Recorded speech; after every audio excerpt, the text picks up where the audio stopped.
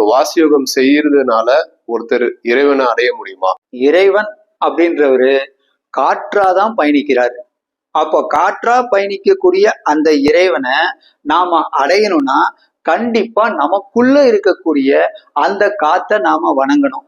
நமக்குள்ள இருக்கக்கூடிய காத்தை வணங்குறதும் அந்த நமக்குள்ள இருக்கக்கூடிய அந்த காத்துக்கு நாம வாசியோக பயிற்சி செய்யறது தான் வாசியோக பயிற்சியோட முறை. அப்போ நாம வாசி மந்திரத்தை ஜபம் பண்ணும்போது கண்டிப்பா நமக்குள்ள இருக்கக்கூடிய அந்த இறைவனான அந்த வாசியை நாம வணங்குறோம். அந்த வாசியை நாம வணங்கும் போதுதான் கண்டிப்பா இறைவனை நாம சென்றடைய முடியும். எப்பயுமே நம்ம ஒரு கோயிலுக்கு போனா ஒரு தீபத்தை ஏத்துறோம். அந்த தீபத்தை ஏத்தி நாம வணங்குறோம். அந்த தீபத்தை ஏத்தி வணங்குறதுனால அந்த தீபமா இறைவன் இருக்காரு அப்படின்னு காட்டுறதுக்காக அந்த தீபத்தை வணங்குறோம். ஆனா நமக்குள்ள ஓடக்கூடிய அந்த வாசியான அந்த காத்தை நாம வணங்கினா மட்டும்தான் நாம இறைவனை சென்றடைய முடியும். ஏன்னா இறைவனும் காற்றாதான் பயணிக்கிறாரு.